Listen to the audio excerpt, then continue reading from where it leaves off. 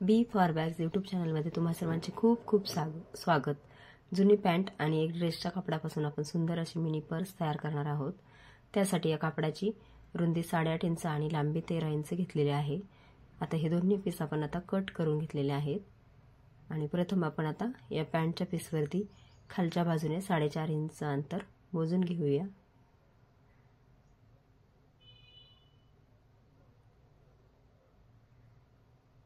यावरती एक रेषा आखून घेऊया आणि हा भाग असा फोल्ड करून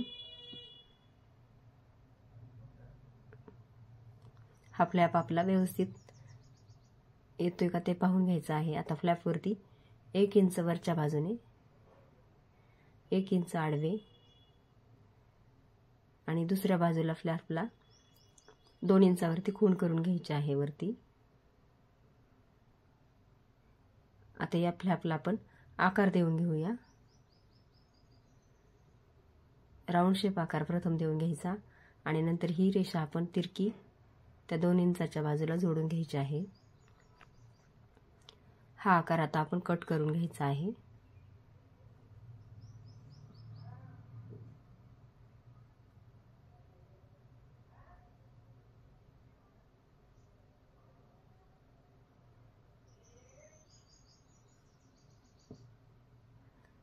हा आकार कट करून घेतल्यानंतर आता आपण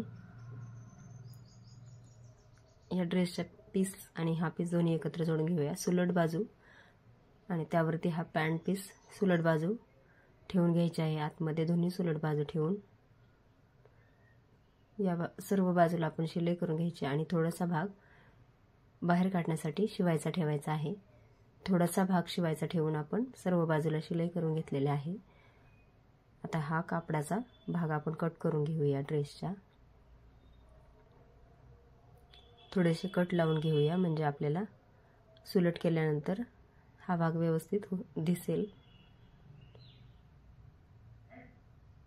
राउंड शेप असताना आपण त्या शेपवरती थोडेसे कट लावून घ्यायचे म्हणजे सुलट केल्यानंतर तो भाग व्यवस्थित बाहेर काढल्यानंतर दिसतो।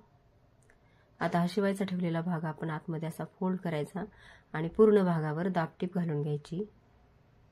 दाबटीप घालून आता आपण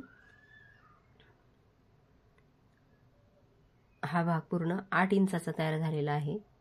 आता आपण या पॉकेटला मध्ये एक पॉकेट तयार करणार आहोत। त्यासाठी 8 इंच रुंदी आणि 4.5 इंच उंचीचे हे 2 पीस कट करून घेतलेले आहेत।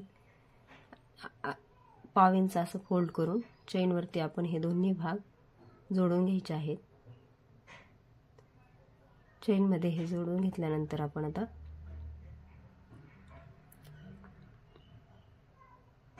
या पॉकेटचं बरोबर असं अंतर ठेवायचं आणि सुलटच हा भाग असा ठेवून खालच्या बाजूला आपण शिलाई करायची आहे। त्यामुळे जास्तीचा भाग आहे त्यावरती आपण आता शिलाई करून घेऊया या पॉकेटच्या। आता उलट करायचा आपण हा भाग आणि शिलाई करून घ्यायची।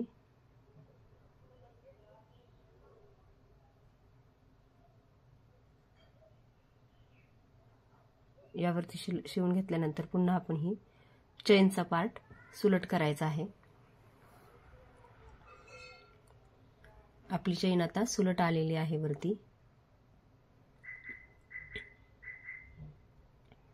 आता आपण मगाशी जी खूण केली होती त्यावरती बरोबर हा खालचा भाग येईल असा ठेवायचा आहे आणि हा भाग मेन पार्टचा भाग पाठीमागच्या बाजूला वळवून घ्यायचा आहे आणि दोन्ही बाजूने आपण आता याला शिलाई करून घेतलेली आहे। हा भाग आपण आता सुलट करून घ्यायचा आणि आपल्या आता या मिनी पर्सचे 3 पॉकेट तयार झालेले आहेत। एक चेनचा एक आणि हा एक। अशा प्रकारे मिनी पर्स आपली शिवून झालेली आहे। आपण त्याला आता ॲक्रेलिक बटन जोडून घेऊया। त्यासाठी या फ्लॅपवरती एक खूण करून घ्यायची आणि तीच खूण आपण खालच्या भागावरती ठेवून आखून घ्यायची आहे। हा जड वजनाचा भाग आपण खाली जोडणार आहोत आणि कमी वजनाचा भाग वरती जोडून घेणार आहोत। त्यासाठी आता प्रथम चकत्या ठेवून आपण यावरती खुणा करून घेऊया। चकती ठेवून 2 खुणा करून घ्यायच्या आणि त्याला आपण आता कट लावून घेऊया कात्रीच्या सहाय्याने।